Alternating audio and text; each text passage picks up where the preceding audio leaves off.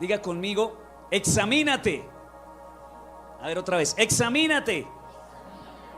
Muy bien, así se llama la prédica de hoy.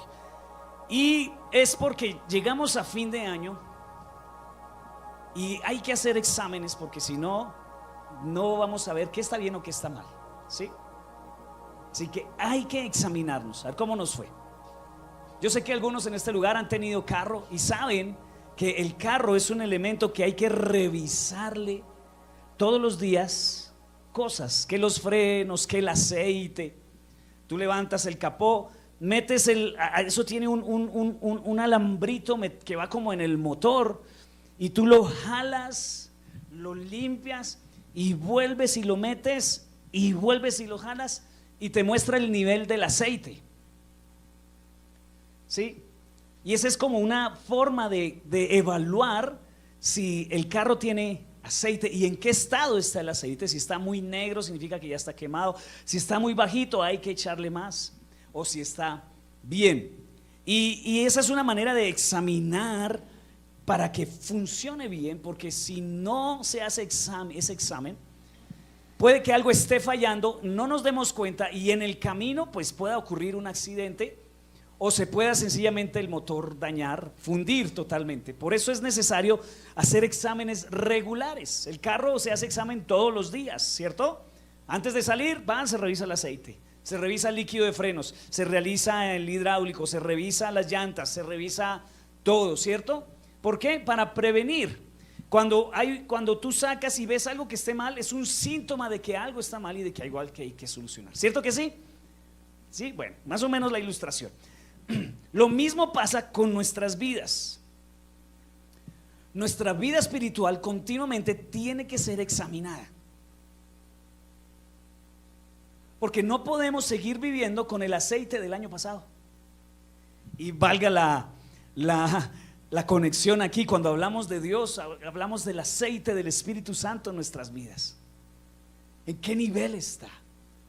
Y no puede funcionar con el aceite del año pasado. Tenemos que examinar, y hoy quiero de la mano del Espíritu Santo guiarlos a ustedes para encontrar 3 síntomas que nos hablan que de pronto el motor está mal, que el aceite no está bien, que el carro no está funcionando, que nuestra vida espiritual no está funcionando bien. Y hay que estar muy atento a los síntomas, porque los síntomas nos revelan una enfermedad. Y quiero hablar hoy sobre 3 síntomas que podemos estar revelando, que nos señalan algún problema espiritual. Y tienes que estar atento. No puedes salir a andar el carro sin revisarlo. Y no podemos entrar al 2025 sin revisar nuestra vida espiritual, porque posiblemente a mitad de año se nos funda el motor, o la llanta explote, o algo sucede, algo pasa que no hemos revisado. Entonces la Biblia nos enseña que debemos hacer eso. Es un mandamiento de Dios examinarnos de manera continua en varias partes de la Biblia, pero quiero regalarte 2 textos. El primero está en Lamentaciones. Lamentaciones es un libro de la Biblia, y el que lo lee de Lamentaciones, ¿de qué se lamentará?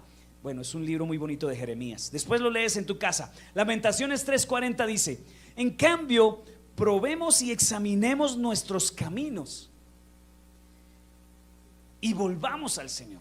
Entonces el profeta está invitando a la nación de Israel que examine sus caminos, analice a ver si sus caminos están bien o están mal.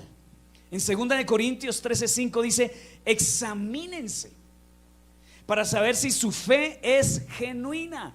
Tremendo. Puede que nuestra fe no sea genuina. O sea, yo no estoy diciendo que no tengas fe, sino que es muy posible que tu fe no sea genuina, haya problemas en tu fe, sea una fe errónea, una fe falsa, una fe fingida. Entonces tenemos que examinar que nuestra fe sea genuina. ¿Te has preguntado alguna vez? ¿Te has preguntado, Señor, mi fe es genuina? ¿Tengo fe verdadera o me volví un religioso? Un tradicionalista, alguien que hace las cosas por costumbre, o mi fe es genuina. Dice: pruébense a sí mismos. O sea, hay formas de probarnos y de determinar si nuestra fe está bien, porque puede que esté mal. Iglesia, puede que nuestra fe esté mal. Porque no es solo tener fe, todo el mundo tiene fe. ¿Usted sabía eso? Todo el mundo tiene fe. El problema no es tener o tener fe, sino en qué pones tu fe. Creer lo correcto es importante. Cuando te digan, desde que tú tengas fe, hazlo, lo importante es que tú creas. No, porque puedes estar teniendo fe en algo equivocado, o puedes estar teniendo una fe falsa, una fe no genuina. Y Pablo llama la atención a la iglesia a que tengan una fe genuina. Sin duda saben que Jesucristo está entre ustedes. De no ser así, ustedes han reprobado el examen de la fe. Es decir, que puedes estar reprobando el examen de la fe. Puedes estar metiendo la varillita y mirando y decir, uy, no, está mal el aceite. Tengo aceite viejo. Algo está fallando en el motor. Entonces se puede reprobar el examen de la fe. Por eso necesitamos estar examinándonos continuamente. Es muy importante revisar continuamente nuestro aceite espiritual. Y creo que llegar a fin de año es una oportunidad para eso, para revisar si nuestro aceite está bien, si estamos requemados, si está pronto a este motor estallarse por descuido. Los motores tienen problemas de que se queman por problemas de aceite por descuido del propietario. No puede descuidar el aceite porque es muy importante. Y hay ciertas pruebas que podemos hacer. Hablando espiritualmente, pues ya no es meter la varilla en el aceite o revisar o nada. Hay pruebas espirituales que podemos hacernos para ver cómo se encuentra nuestro nivel espiritual en 2024 para iniciar 2025. Y hoy quiero compartirte tres síntomas que pueden estar indicando que tu fe está mal. ¿Qué tan cerca o qué tan distante realmente estás de Dios? Hay personas que creen que están muy cerca de Dios, pero no lo están. Una vez me encontré con un borrachito y el borrachito me decía, no, Dios y yo somos parceros. Pues él se creía que estaba cerca de Dios. Y puede haber muchas personas dentro de la iglesia que crean estar cerca de Dios, pero no, que están lejos de Dios. Porque que tú estés en un garaje no te hace un carro. Que tú estés en la iglesia, eso por defecto no hace que tú tengas una vida espiritual vibrante y cercana a Dios. Y tenemos que revisarnos. ¿Cuáles son esos síntomas? Muy bien, 3. Escriba el primero, por favor. La prueba de lo que decimos.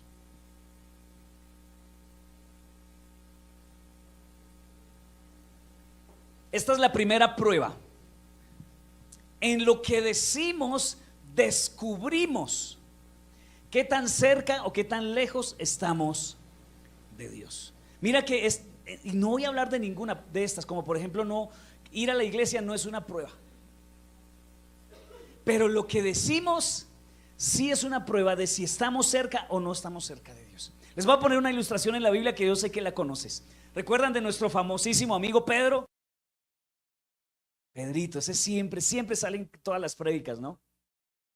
Una vez Jesús lo habían arrestado, lo habían llevado al patio de donde lo estaban juzgando, y estaba Pedro allá sentado junto a la hoguera, y una muchacha se le acercó y le dijo, yo a usted lo he visto con Jesús. ¿Qué dice Pedro? No, ¿cómo le ocurre? Uy, no, yo jamás estaría con él. Y Pedro dice, no sé de qué hablas, mujer. Se va para un lado.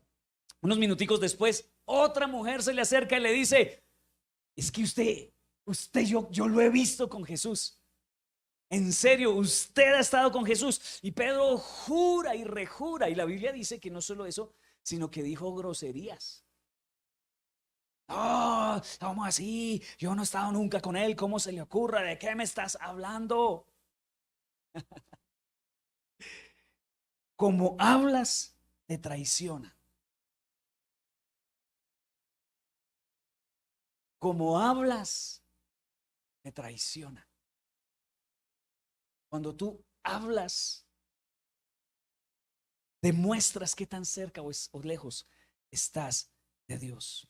Cuando tú hablas, se puede descubrir si eres discípulo o no eres discípulo de Jesús, aunque vayas a la iglesia. Solo tienes que escuchar a alguien hablar para saber si es un verdadero cristiano o no, si es un discípulo de Cristo o no. La Biblia dice en Lucas 6:43, un buen árbol no puede producir frutos malos y un árbol malo no puede producir frutos buenos. El árbol se le identifica por su fruto. Los higos no se recogen de los espinos y las uvas no se cosechan de las zarzas. Una persona buena produce cosas buenas del tesoro de su buen corazón y una persona mala produce cosas malas del tesoro de su mal corazón. Lo que uno dice brota de lo que hay en el corazón. Así que cuando dices una grosería, no puedes decir, ay, se me salió, yo no soy así. Mentiras, porque de lo que hay en el corazón habla la boca. Cuando se te sale el chisme, cuando se te sale la vulgaridad, cuando se te sale el doble sentido cuando hablas, eso refleja tu corazón. Por eso cuando vas a elegir a un político, escúchelo bien, escúchelo cuando habla. Por eso tenemos los gobernantes que tenemos, porque no los escuchamos cuando hablaban y nos dieron pistas de lo que había en su corazón. Antes de casarte, escucha hablar la otra persona. Escucha hablar a ese con que a quien les vas a entregar tu corazón y quien va a ser el papá de tus hijos. Porque de lo que hay en el corazón habla la boca. Escúchalo, porque eso es una señal de lo que hay en su corazón. ¿Qué es lo que más habla esa persona? Eso es lo que hay en nuestro corazón. Lo que llena nuestro corazón es lo que hablamos. Eso es lo que hablamos. Jacobo cuando estaba pequeño, sus compañeros decían groserías. Papi, ¿por qué dicen groserías mis amigos? Porque es lo que hay en su corazón. Porque eso es lo que hay en su corazón. Y no solo eso, lo que amamos es lo que llena nuestro corazón y de eso hablamos. Usted no ha escuchado personas, abuelos, por ejemplo, yo a mis padres a veces voy a visitarlos a su casa y entonces yo pregunto, ¿qué man? ¿Cómo están? Bien, bien, y arrancan. Y el Gabo y la Luchi e Isa y no hacen sino hablar de ellos, de sus nietos, porque hay amor por sus nietos en su corazón. No es sino que usted al final hable un ratico con Sonia y se va a dar cuenta qué es lo que hay ahorita en su corazón. ¿Cierto? Su nieto. ¿Por qué? Porque hablamos lo que amamos. ¿Usted no se ha encontrado con personas que lo único que hablan es de plata? Todo el tiempo hablan de plata y solo plata y si tuviera más plata, yo quiero tener más plata y que la plata y ojalá haya plata y es que no tengo plata y si tuviera plata y plata y plata y plata. ¿Por qué habla tanto de plata? Porque hay un ídolo en su corazón que se llama plata, dinero. Hay personas que han idolatrado los problemas y cuando tú hablas con ellos, ¿de qué hablan? Solo el problema. No existe nada más sino el problema y el problema y el problema que tiene. ¿Por qué? Porque lo que hay en nuestro corazón es lo que habla nuestra boca. Hay personas que uno sabe que consumen cuando hablan. Entonces, solo malas noticias, hablan de la economía mundial, hablan de los problemas de guerras, no sé qué. Ya sé que consume. Todo el día consume noticias.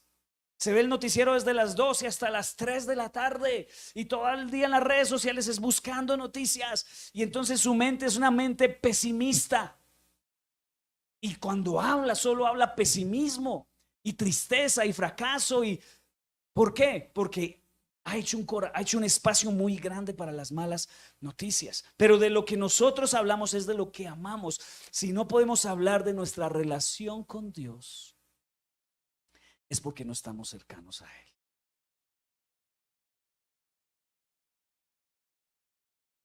Muchos de ustedes, muchos de nosotros, preguntémonos, ¿realmente amamos a Dios? ¿Dios es importante para nosotros? Ay, sí, para mí Diosito es muy importante, pero es que te escucho y no suena a eso. Te oigo y lo único que suena es trabajo, trabajo, economía, salud, problemas, deportes, en fin, y no sale ni una sola palabra con respecto a su relación con Dios. No es sino que pasemos ahorita cuando salgan, entramos a las redes sociales de nuestros hermanos en Cristo en la iglesia y vamos a ver qué es lo que habla su corazón.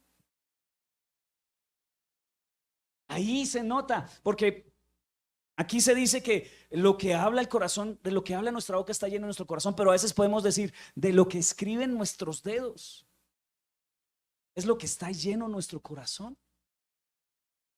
Pasar un ratico por los estados de ustedes en Facebook, en YouTube, ir a mirar el historial de TikTok para saber qué cosas amas.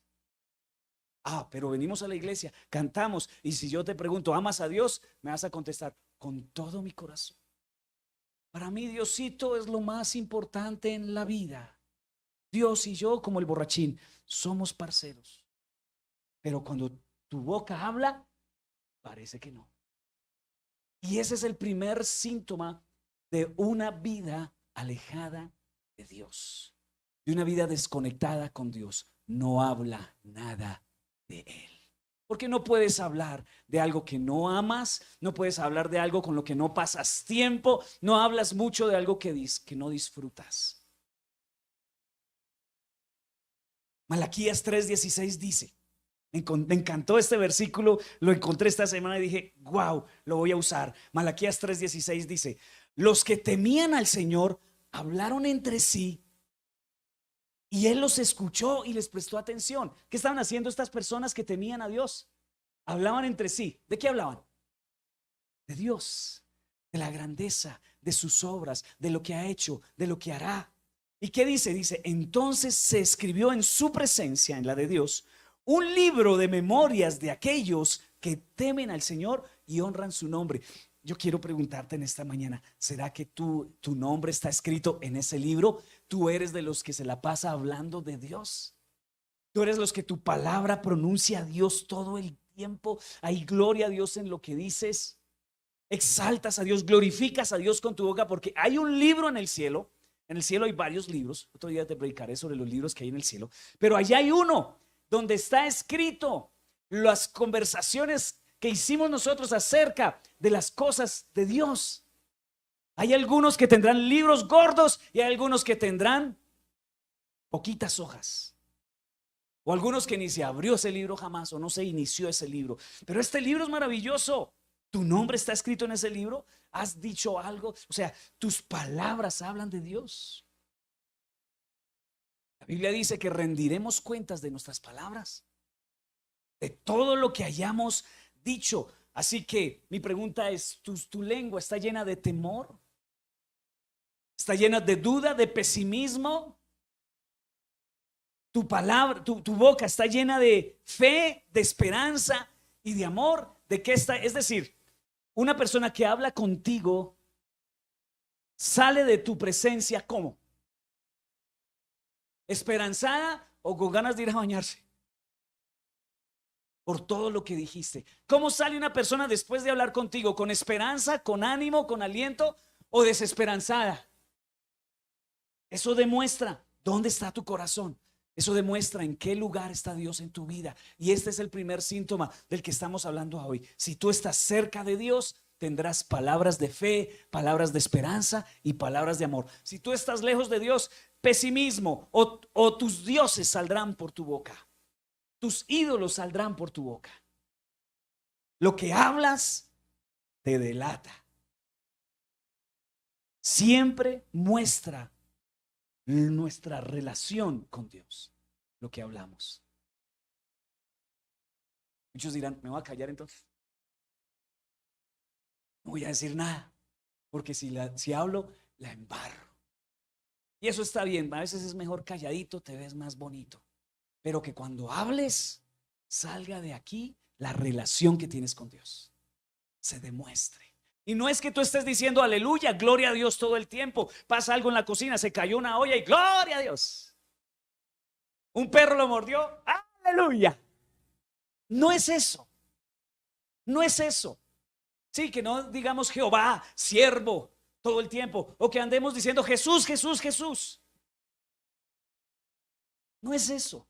Es que nuestras palabras den vida cuando hablemos. Y no necesariamente tenemos que estar diciendo versículos, pero incluye versículos. Ten versículos a la mano para que cuando des un consejo puedas hasta sacar versículos para aconsejar.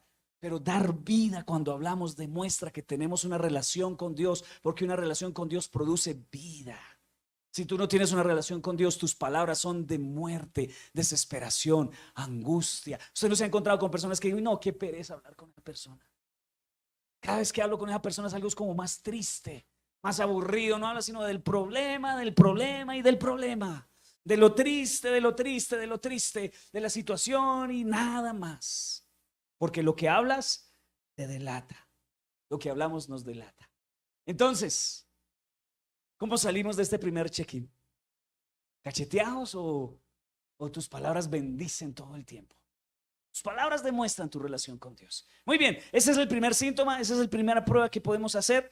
La segunda prueba que demuestra cómo estamos nosotros en nuestra relación con Dios, si estamos cerca de Dios o no, si tenemos una relación cercana con Dios o no, es la prueba de cómo tratamos a los demás. Nuevamente, no estoy hablando de ir a la iglesia, leer tu Biblia, tener canciones cristianas en tu celular, ver Espada y Café, dar tus diezmos y tus ofrendas. No. ¿Cómo tratas a los demás? La mejor forma de saber cómo estoy espiritualmente, o una de las mejores formas, es analizarme cómo trato a la gente. ¿Cómo trata a sus hermanos en Cristo? ¿Cómo trata a su familia fuera de la iglesia? ¿Cómo trata a sus vecinos? ¿Cómo trata a sus empleados? ¿Cómo trata a sus compañeros de trabajo? ¿Cómo trata a sus jefes? ¿Cómo trata a sus esposas? La prueba de cómo tratamos a los demás es muy importante, porque eso demuestra en dónde está tu relación con Dios. Mira cómo lo dice la palabra en 1 de Juan 4, 7 y 8. Queridos amigos, sigamos amándonos unos a otros, porque el amor viene de Dios. Todo el que ama es un hijo de Dios y conoce a Dios. Pero el que no ama, yo podría decir, el que no trata bien a las personas, no conoce a Dios, porque Dios es amor. Entonces, nuestro trato con la gente demuestra qué tan cerca estamos de Dios. La semana pasada hablamos sobre las relaciones y el perdón. Que Dios es nuestro príncipe de paz y que para poder experimentar al príncipe de paz deberíamos dar el regalo del perdón, ¿cierto? Si tú a estas alturas no has podido perdonar, o por lo menos no has entrado en un proceso de perdón, no me vengas a decir que amas a Dios. Porque Dios dice, el que no me ama, el que no ama no conoce a Dios, porque Dios es amor. Y una de las principales manifestaciones de amor a otras personas es regalarles el perdón. ¿Cómo estás en ese aspecto? ¿Nos rajamos? Tenaz, porque este versículo dice, el que no ama no conoce a Dios. Así digas que eres parcero de Dios, así vengas todos los domingos a la iglesia y hagas todas las actividades cristianas que hacemos, así te hayas bautizado, leas tu Biblia, tengas música cristiana en la casa sonando todo el día, pero si no amas a las personas, no conoces a Dios, porque Dios es amor. Tremendo, este punto es muy desafiante. Es muy desafiante porque muchos tratamos de ignorar este asunto y pasamos por alto nuestras relaciones interpersonales y nuestro desarrollo de la capacidad de perdonar y de tolerar a las personas difíciles. Yo sé que antiguamente no tolerabas la gente, pero ahora en el Señor, una señal de que tienes una relación con Dios es que toleras más las personas. ¿Toleras más la gente o te irritan más? Hay cierto tipo de personas que te irritan. Hay algunos que dirán, a mí me irritan los introvertidos, me da ganas de darle un calvazo, a ver, despierte. Y hay otros que dicen, a mí me irritan los extrovertidos, qué pereza el escándalo con que andan, donde llegan andan gritando. ¿Dónde está el amor? Tienes que aprender a amar las personas diferentes a ti, porque si no amas, no conoces a Dios, porque Dios es. Si vives de manera egoísta y no pones a otros primero y no amas a las personas, no puedes decir que tienes una relación íntima con Dios. Es más, Un requisito para poder tener una buena relación con Dios es tener la capacidad de relacionarme bien con las personas, de amarlas. Así que como tratamos a otros es una revelación de dónde está nuestra relación con Dios. No era el tamaño de tu Biblia. Podrás tener una Biblia así gigantotota. No es el largo de tu falda, ni de tu cabello. Lo que demuestra que tienes una relación es cómo amas las personas. Eso sí es una demostración. Usted no ama a Dios porque usted lee una Biblia que no es la versión que a mí me gusta. Pero con esa Biblia que es la versión que a usted le gusta, coge a bibliazos a la gente. Tenga su bibliazo. Esa no es una manifestación de una relación con Dios, pero el amar a las personas, sí. Sí que le tocó. Les tocó. Así como me tocó a mí amarlos a ustedes. Le tocó amar a la persona más fastidiosa. Le tocó soportarla y tener paciencia con su carácter. ¿Por qué? Porque esa es la voluntad de Dios. Y porque eso demuestra que yo soy una relación. Es más, es posible que Dios permita a esa persona en mi vida para que yo aprenda a amar. Es muy posible que esa persona difícil que esté en tu casa, que esté en tu hogar o que esté en la iglesia o en tu trabajo, por la que estás orando, que Señor, llévatela o te la mando. Por esa persona tal vez Dios la puso ahí para que aprendieras. Las personas se van de la iglesia por relaciones complicadas, porque me miró feo, me sacó la lengua, me jaló un pelo, me corrió la silla, no me saludó, no me miró. Y se van a otra iglesia. ¿Cuál es el problema con eso? Que eso demuestra que no tienes una relación profunda con Dios. Porque Dios dice que si nosotros amamos a las personas, entonces sí lo conocimos. Casi siempre la razón por la que las personas se van de una iglesia tiene que ver con esas cosas. Las personas que se van de una iglesia casi siempre hay razones muy valederas, claro que sí. Y hay cosas que uno dice, uy, no, y no. Pero la mayoría de las veces no es eso. La mayoría de las veces la gente se va porque no pudieron amar a alguien en esa iglesia. Y precisamente Dios te la puso ahí. Qué curioso que las personas que menos amamos son las que más se parecen a nosotros. Que tienen las cosas que nosotros odiamos de nosotros. Hay cosas que no me gusta a mí y lo veo en otro. Ay, me irrita. ¿Sabes qué? ¿Sabes qué es lo que Dios te está diciendo ahí? Que tienes que aprenderte a amarte a ti mismo. Cuando logres amarte a ti mismo, entonces cuando veas tus defectos en los de otra persona, eres capaz de perdonarlos en ella, como te los perdonaste a ti. Esto que acabo de decir es un tesoro. Si vives de manera egoísta, si las personas no los pones en primer lugar, no digas que amas a Dios, porque como tratamos a otros, eso nos demuestra qué relación tenemos con Dios. Primera de Juan 4, 20, 21, el mismo capítulo, pero más abajito dice, si alguien dice, amo a Dios, ¿cuántos aman a Dios? Ustedes dijeron amo a Dios, muy bien. Pero odia a su hermano en Cristo. Acabaron de decir, esa persona es mentirosa. Pues si no amamos a quienes podemos ver, ¿cómo vamos a amar a Dios a quien no podemos ver? Tremendo, ¿sí o no? Y Él nos ha dado el siguiente mandato: los que amen a Dios, amen también a sus hermanos en Cristo. ¿Sabes por qué hay personas que les encanta el tema virtual? Porque no tienen que relacionarse con nadie. Dios está en todas partes, tengo Biblia y transmisión. Ahí hay un problema. No quiere untarse de gente o no quiere arriesgarse a tener problemas personales con las personas. Es un riesgo que tenemos que correr. Amar es un riesgo que corremos. Corremos el riesgo de que nos hieran, de que nos rechacen, de que no nos devuelvan el amor que damos, de que sean ingratos. Corremos el riesgo, pero es un riesgo que hay que correr. Y muchas personas están en sus casas, no por los que están conectados hoy, son otros, pero muchos están en sus casas porque les gusta este sistema, porque no tienen que conectar con otra gente, porque no quiero tener problemas con nadie.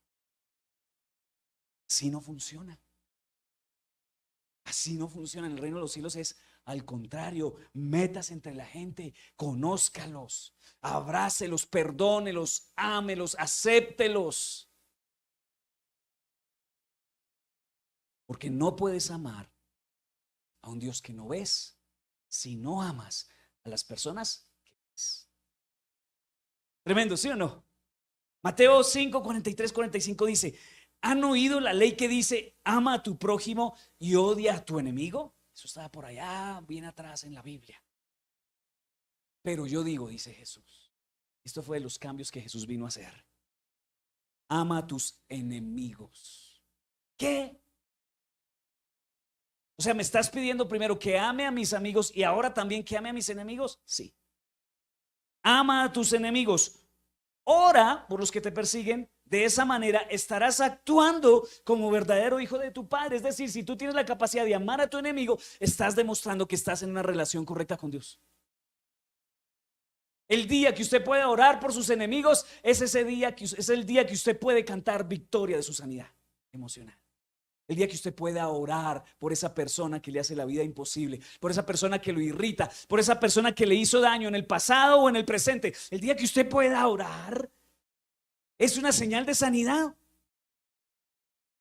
De esa manera estarás actuando como un verdadero cristiano. Vea, el verdadero cristiano, nuevamente, no es la falda larga, no es la Biblia grande de Reina Valera, no es no tener maquillaje en la cara. Ese no es el verdadero cristianismo. El verdadero cristianismo es que amas a tus hermanos y amas a tus enemigos. Es que es más fácil ponerse una falda larga. ¿Cierto que sí? Es más fácil.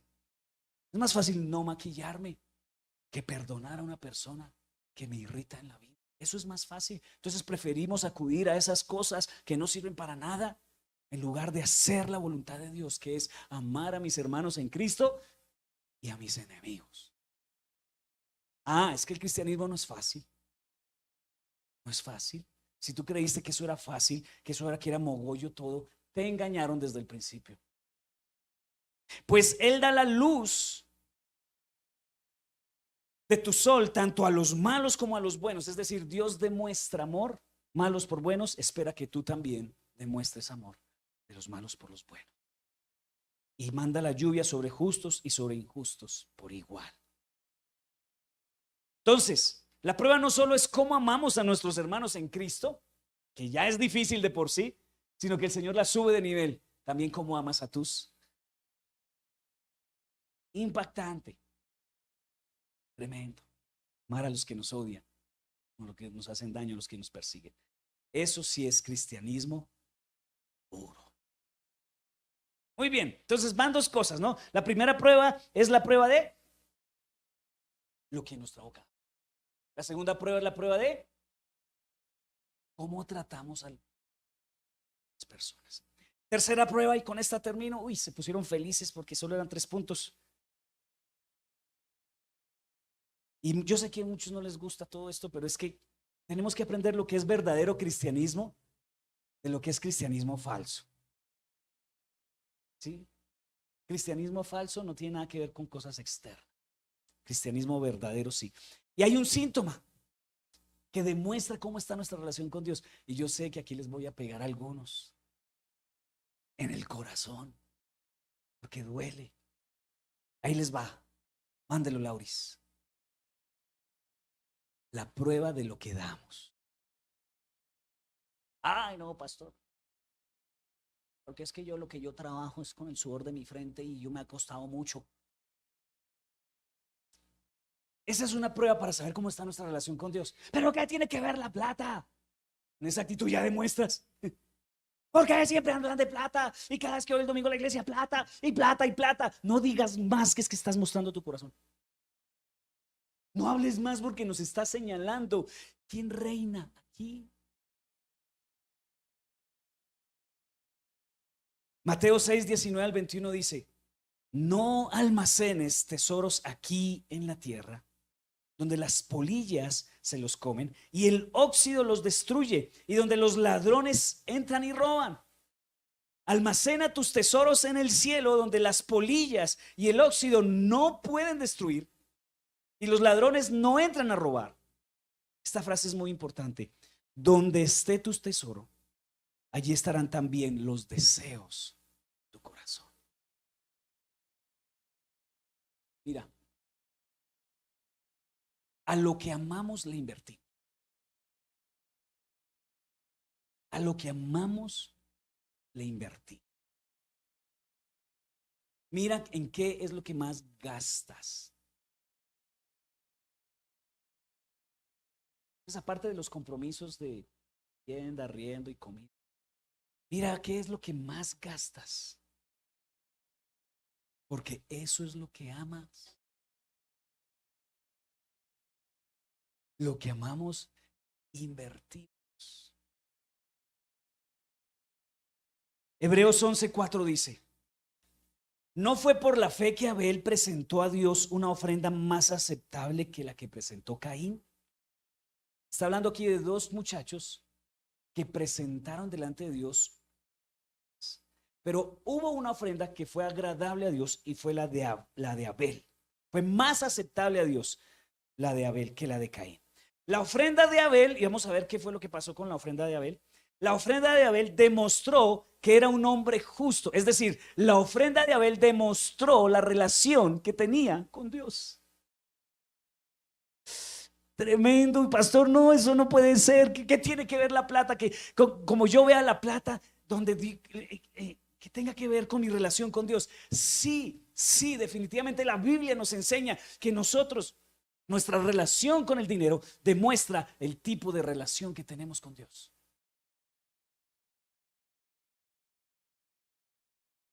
La ofrenda de Abel demostró, mira, tremendo, tu ofrenda demuestra.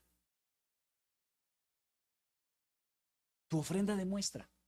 Ahora, no solo la cantidad, sino el corazón. Sí, porque Dios mira es el corazón.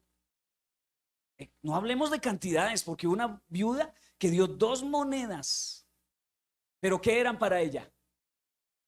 Todo. Y hubo unos hombres que dieron mucho dinero, pero ¿qué eran para ellos? Sobras.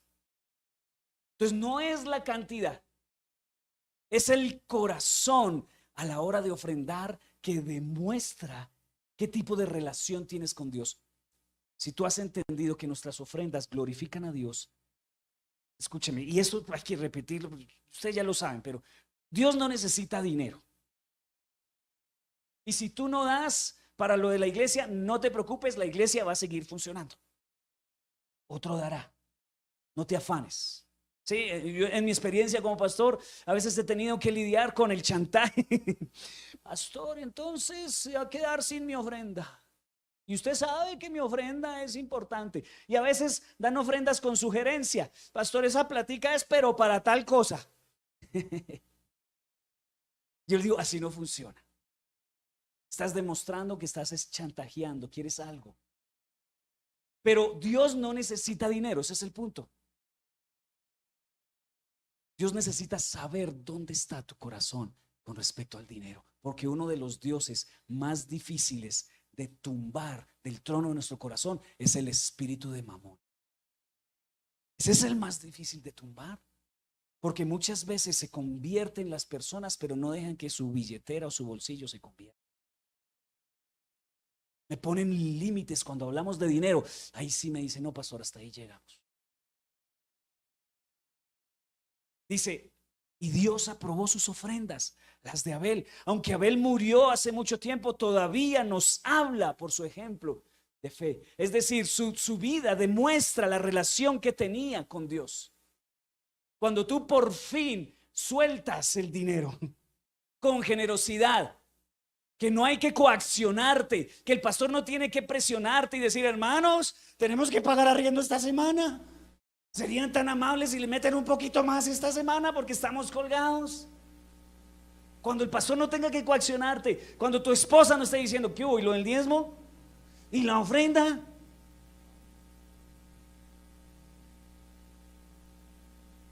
Cuando tú dejas de hacer cuentas a la hora de dar. 3.433,22. Escribe ahí, no tenía suelto, por favor me devuelven los 23 que sobran. Cuando tú dejas de hacer cuentas, te desprendiste del espíritu de Mamón. Y entonces demuestras que tu Dios es Dios. ¿Recuerdas el lema que tenemos aquí? Nosotros damos porque nuestro Dios no es el dinero. Por eso damos, porque nuestro Dios no es el dinero. Así que cuando tú ofrendas, cuando tú tienes esa lucha en tu mente con el tema de diezmos, y entonces sacas todas las armas que tiene. Los pastores se gastan los diezmos. El diezmo es de la ley, eso es del Antiguo Testamento. En el Nuevo Testamento, cuando usted empieza a sacar todas esas excusas, no me hable más. Recuerda que lo que hablamos nos delata. Y ya sé quién es tu Dios. Porque justifican y se vuelven teólogos. En serio, le sacan teología a por qué no se debe pedir en la iglesia. Pero detrás de eso está el espíritu de Mamón, coaccionándolo a usted para que no dé. La ofrenda que dio Abel testificó acerca del tipo de relación que tenía con Dios. Ustedes leen la ofrenda que dio Abel con la de Caín. ¿Cuál fue la diferencia? Dice que Abel dijo, salió como de su corazón, hay que darle una ofrenda al Señor. La Biblia no dice que Dios le pidió una ofrenda a Abel, sino que Abel dijo, siento en mi corazón traer una ofrenda. ¿Y sabes qué dijo Caín? Caín dijo, vio a Abel llevando una ofrenda y dijo, ¿toca dar? Yo no sabía que tocaba dar. ¿Sí ven la cambio de actitud? De uno le surgió del corazón y el otro se sintió obligado. Y también se vio en la cantidad, porque dice que la ofrenda de él fue lo primero y lo mejor. En cambio la de Caín fue pues cualquier cosa. Cualquier cosa. Cuando se va a recoger la ofrenda, ¿usted piensa en darle al Señor lo primero y lo mejor? O cualquier cosa, el que salga, el que tenga que salir. No mentiras, el de 100 no, era el otro.